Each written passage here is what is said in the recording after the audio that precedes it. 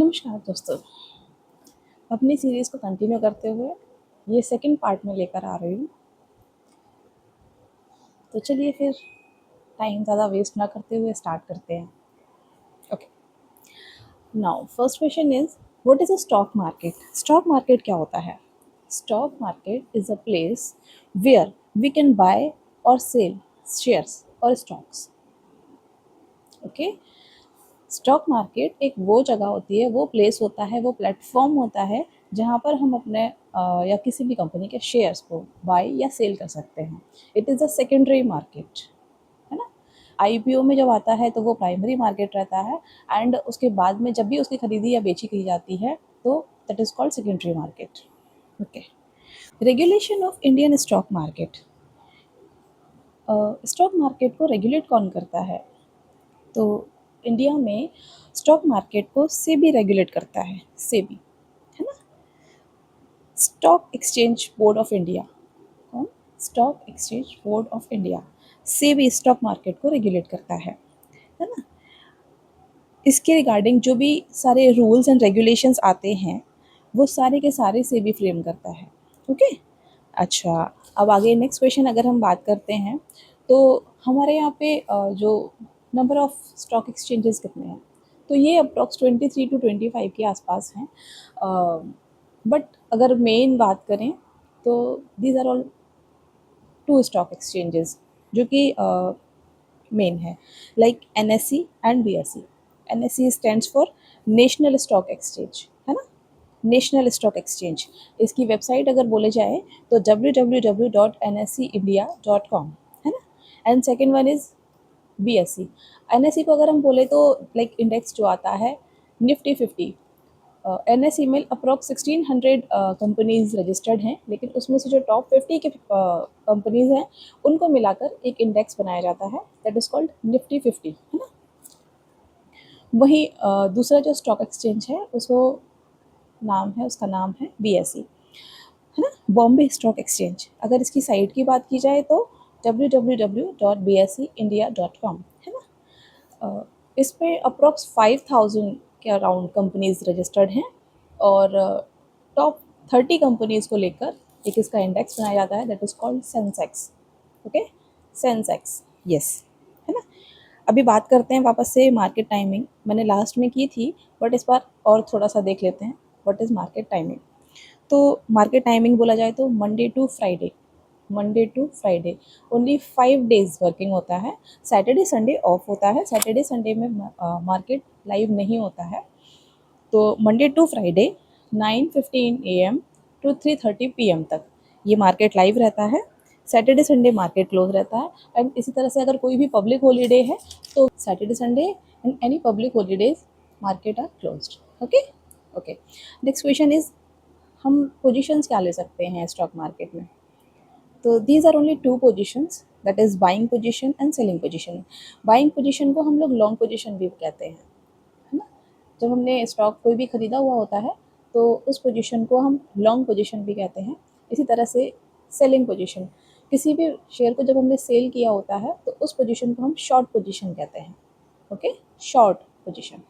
Okay, अभी ये position decide कैसे होती है? तो पोजीशन को डिसाइड करने के लिए हमारा एक्सपेक्टेशन चलते हैं, है ना।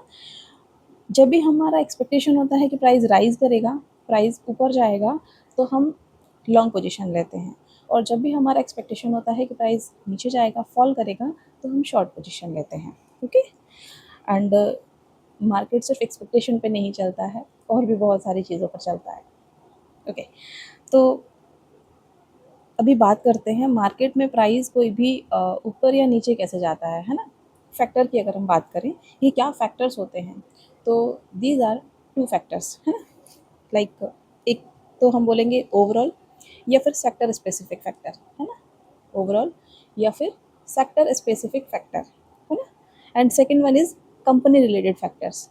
Note one, company related factor. Sector specific factor, अगर हम इसमें बात करें तो इसमें दो तरह के फैक्टर्स होते हैं, लाइक पॉजिटिव और negative. Positive is called rise और नेगेटिव इज कॉल्ड फॉल, है ना। लाइक कॉरपोरेट टैक्स कट हो गया, है ना। कॉरपोरेट टैक्स कट हो गया, गवर्नमेंट की तरफ से ये अनाउंसमेंट आया कि कॉरपोरेट टैक्स को कट कर दिया गया है, उसको रिड्यूस कर दिया गया है। तो that is called sector specific. किसी भी पर्टिकुलर सेक्टर पे कोई भी कॉरपोरेट टैक्स को कट करना, that is called specific, sector specific factor, है ना। तो वहाँ पे इसका पॉजिटिव इम्पैक्ट आएगा और उस सेक्टर का, उस पूरे सेक्टर में जितने भी शेयर्स रजिस्टर्ड होंगे उस पर्टिकुलर सेक्टर के सारे शेयर्स का प्राइस अप्रोक्स राइज करेगा, है ना। And second one is negative और फॉल। मान लीजिए लाइक एयरलाइन शेयर का प्राइस डाउन हो गया, है ना। एयरलाइन का जो एयरलाइन शेयर का प्राइस डाउन हुआ, क्यों ये डाउन हुआ, क्यों? लाइक इसकी वजह से मान लीजिए फ्यूल के प्राइसेस हाई हो गए, है ना। जो फ्यूल होता है एरोप्लेन में डलता है उसके प्राइसेस हाई हो गए। तो अगर एरोप्लेन के फ्यूल के प्राइसेस हाई हो गए तो फिर एरोप्लेन के किसी भी एयर इंडिया के एयरलाइन के शेयर का प्राइस जो है वो नीचे जाएगा। तो ये पर्टिकुलर सेक्टर, यानी कि अगर फ्यूल का प्राइस इंक्रीज़ हुआ है तो सारे एरोप्लेन, सारे जो एयरलाइंस हैं सभी को इम्पैक्ट करेगा। तो वहाँ पर उसका नेगेटिव इम्पैक्ट आएगा और वहाँ सारे एयरलाइन के जो शेयर्स हैं वो डाउनवर्ड जाएंगे, है ना। अगर हम दूसरा बात करें कंपनी रिलेटेड फैक्टर्स, है ना, ये तो था सेक्टर वाइज। अब हम बात करते हैं कंपनी स्पेसिफिक। तो कंपनी रिलेटेड फैक्टर, इसमें भी दो तरह के फैक्टर होते हैं, पॉजिटिव और नेगेटिव, है ना। पॉजिटिव मीन्स राइज और नेगेटिव फॉल, है ना। अगर हम बात करते हैं लाइक पॉजिटिव की, तो मान लीजिए मूवी प्रोड्यूस की, लाइक भाई ईरोज लिमिटेड ने एक मूवी प्रोड्यूस की, ईरोज लिमिटेड ने, लाइक बजरंगी भाईजान, वो ब्लॉकबस्टर हिट रही। तो जब वो मूवी ब्लॉकबस्टर हिट रही तो ईरोज लिमिटेड के शेयर प्राइस अबव गए, वो उस पर पॉजिटिव इम्पैक्ट आया, उसका प्राइस, जो उसका शेयर का प्राइस है वो राइज किया, है ना। इसी तरीके से अगर नेगेटिव बोलें, लाइक फ्रॉड किया, किसी भी किसी भी कंपनी में, किसी भी कंपनी की ये न्यूज़ आती है कि उस कंपनी में फ्रॉड होता है, तो उस कंपनी का जो शेयर का प्राइस है वो डाउन जाएगा। लाइक किंगफिशर, है ना, किंगफिशर से ये न्यूज़ आती है कि उस कंपनी में फ्रॉड हुआ है तो उस फिर कंपनी का जो शेयर प्राइस है वो डाउन जाता है। क्या आपने देखा? चलिए, अगर आपको ये फैक्टर्स क्लियर नहीं हुए हैं तो आप मुझे कमेंट कर सकते हैं और आप मुझे बोल सकते हैं कि ये जो फैक्टर है ये जो सेक्टर स्पेसिफिक और कंपनी स्पेसिफिक मैं आपको राइटिंग में भी समझा सकती हूँ। अगर आपको इस तरीके से वर्बली समझ नहीं आया है तो मैं आपको राइटिंग में भी समझा सकती हूँ। आप इसके लिए आपको कमेंट करना होगा। ओके, चलिए तो बढ़ते हैं अपने नेक्स्ट क्वेश्चन की तरफ। कंपनी कोई भी कंपनी शेयर इशू क्यों करती है ना। सबसे बड़ी बात ये आती है कि कोई भी कंपनी को ज़रूरत क्या है शेयर इशू करने की। कोई भी कंपनी अपना मालिकाना हक किसी और के हाथ में क्यों देना चाहेगी? हर कोई चाहता है कि मैं मालिक बन के रहूँ, मैं ओनर बन के रहूँ। तो वहीं कंपनी अपना ये मालिकाना हक किसी और को क्यों देना चाहेगी? Because all the shareholders are the owner of the company. जब भी हम किसी कंपनी का शेयर खरीदते हैं, जिस परसेंटेज में हम उस कंपनी का शेयर खरीदते हैं उस परसेंटेज में हम उस कंपनी के ओनर होते हैं, है ना। क्योंकि कंपनी के ओनर कौन होते हैं? शेयर होल्डर्स, है ना। डायरेक्टर तो सिर्फ काम करते हैं, डायरेक्टर्स उस कंपनी के मालिक नहीं होते हैं, मालिक होते हैं शेयर होल्डर्स। लाइक अगर मैंने किसी कंपनी के शेयर खरीदे हुए हैं तो मैं उस कंपनी की उस परसेंटेज तक के मालिक हूँ, राइट। तो अभी बात आती है कि कंपनी इस इक्विटी शेयर को इशू क्यों करती है। मैं बात कर रही हूँ इक्विटी शेयर की, ठीक है, किसी और शेयर की नहीं, प्रेफरेंस शेयर की नहीं, डिवेंचर की नहीं, बॉन्ड की नहीं, मैं बात कर रही हूँ सिर्फ और सिर्फ इक्विटी शेयर की, है ना। तो कंपनी इक्विटी शेयर क्यों इशू करती है? कंपनी इशू करती है इक्विटी शेयर क्योंकि कंपनी को चाहिए होता है फंड। कंपनी को फंड की नीड होती है, क्यों? For expansion, development and growth, है ना। तो अभी अगर हम बात करें कि कंपनी को फिर शेयर ही क्यों इशू कर रहे हैं, उसके पास तो और भी कई तरीके हैं फंड रेज करने के। वो लोन ले सकती है, बैंक के पास जा सकती है। तो यहाँ पर मैं आपको क्लियर कर दूँ कि अगर कंपनियाँ कंप्लीटली बैंक्स के ऊपर डिपेंडेंट हो जाएंगी, वो अगर अपने डेवलपमेंट, एक्सपेंशन एंड ग्रोथ के लिए सिर्फ और सिर्फ बैंक्स के ऊपर डिपेंडेंट हो जाएंगी और वो सिर्फ बैंक से लोन लेंगी, तो बैंक के जो इंटरेस्ट रेट्स हैं वो काफ़ी हाई हो जाएंगे, 50 to 60% तक जा सकते हैं, जो कि अभी 6 to 7% के आसपास हैं, है ना। कोई भी लोन लेने के लिए आप जाते हैं तो 6 to 7% के अप्रॉक्स जो भी इंटरेस्ट चार्जेस हैं वो अगर कंपनी कम्प्लीटली बैंक्स के ऊपर डिपेंड हो जाएंगी तो वो रेट्स अप टू 50 to 60% तक भी जा सकते हैं। इसलिए कंपनियां कम्प्लीटली बैंक लोन के ऊपर डिपेंडेंट नहीं करती हैं एंड वो अपना पब्लिक इशू लाती हैं, इसलिए वो इक्विटी शेयर इशू करती हैं।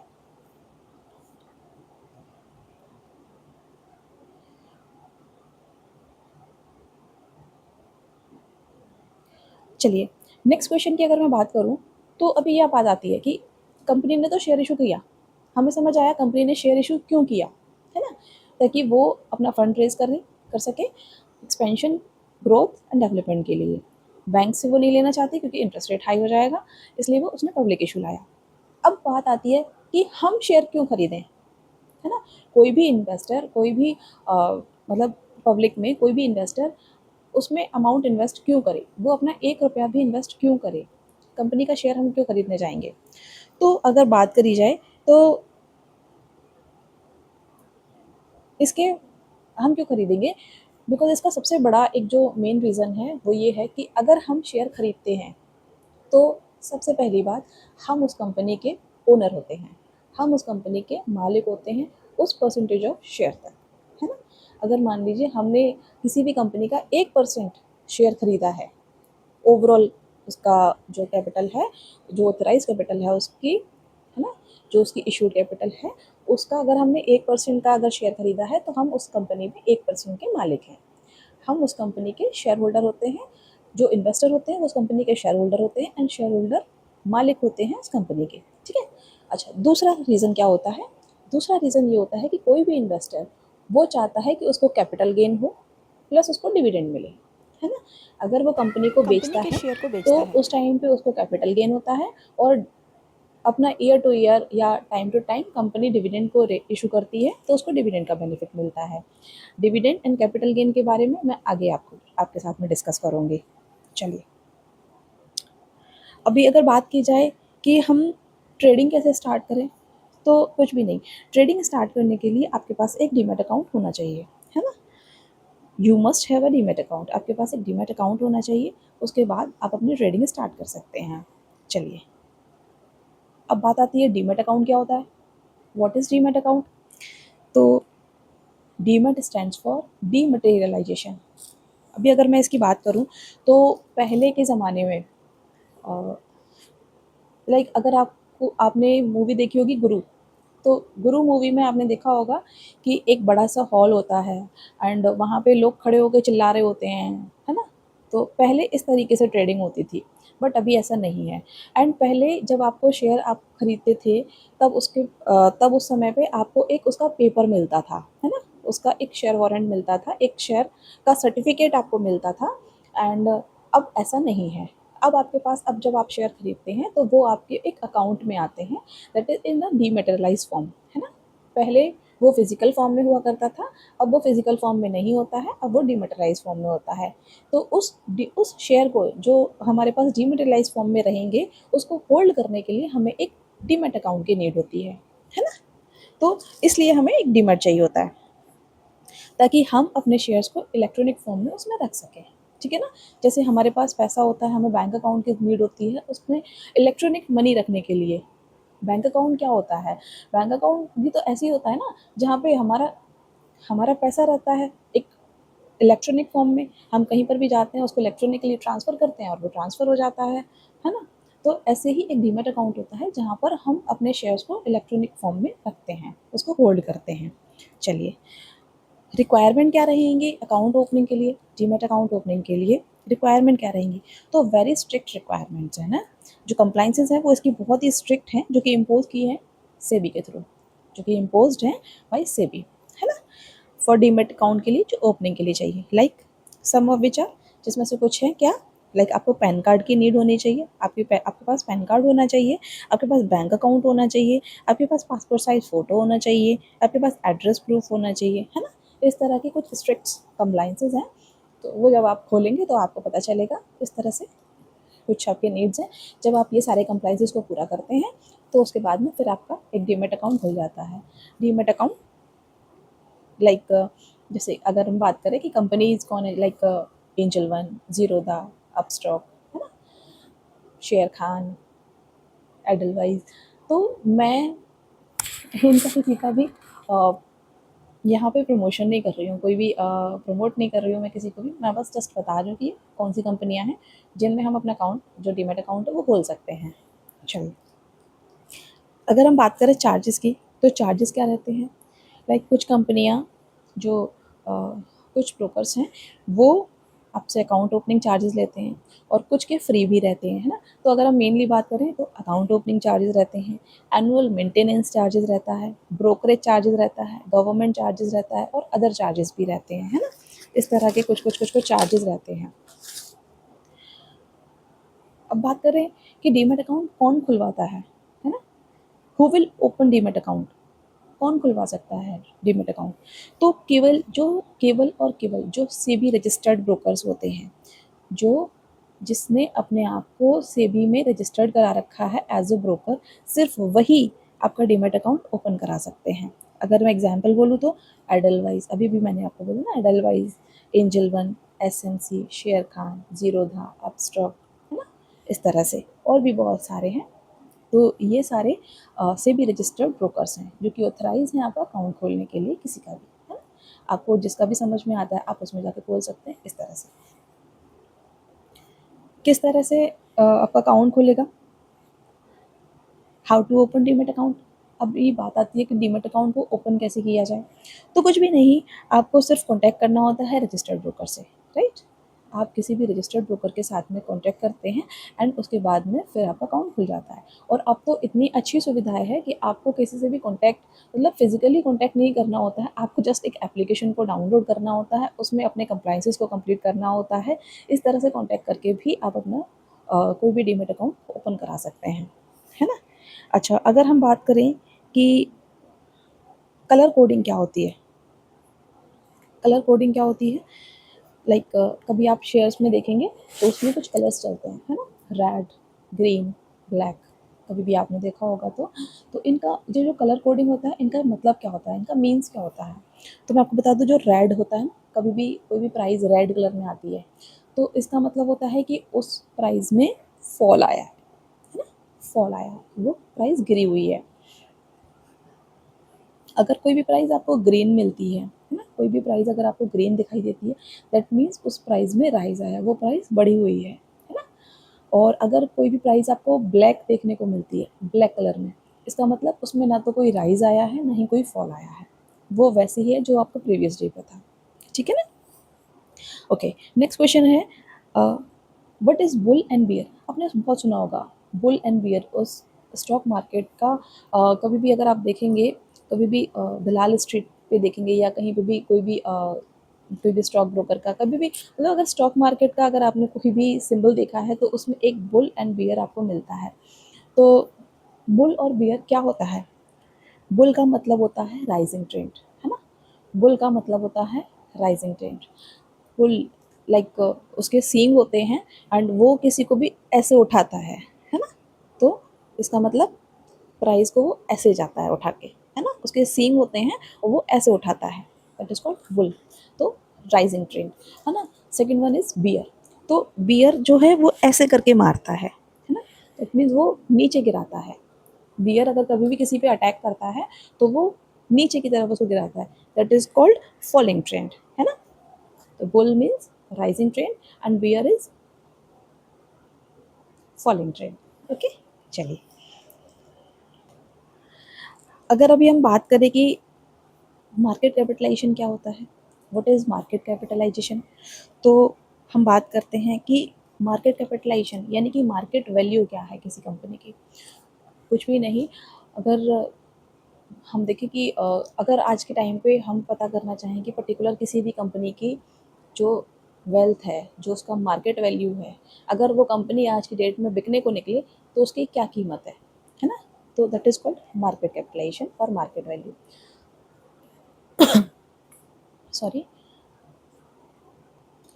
तो किसी भी कंपनी का मार्केट वैल्यू या फिर मार्केट कैपिटलाइजेशन पता करने का एक बहुत अच्छा तरीका, आप उस कंपनी के सारे नंबर ऑफ़ इक्विटी शेयर्स लीजिए कि उस कंपनी में कितने नंबर ऑफ़ इक्विटी शेयर्स हैं, और उसका मल्टीप्लाई कीजिए उसकी करंट मार्केट वैल्यू से। किसी भी कंपनी के total number of equity shares का मल्टीप्लाई कीजिए आप उसकी करंट मार्केट वैल्यू से, आपको उसकी मार्केट कैपिटलाइजेशन पता चल जाएगी। उसकी मार्केट कैप कितनी है ये आपको पता चल जाएगा, उसकी मार्केट वैल्यू क्या है ये आपको पता चल जाएगा। लाइक अगर मैं एग्जांपल लूँ कि मान लीजिए रिलायंस है, रिलायंस के पास में 99,000 है ना करोड़ का उसके पास में शेयर्स हैं। और लाइक किसी कंपनी के पास में 1 करोड़ शेयर्स हैं, है ना, किसी कंपनी के पास में 1 करोड़ शेयर्स हैं एंड उसका जो करंट मार्केट प्राइस है वो 1500 है। तो उस कंपनी का जो मार्केट कैपिटलाइजेशन होगा वो 1500 करोड़ हो जाएगा, है ना।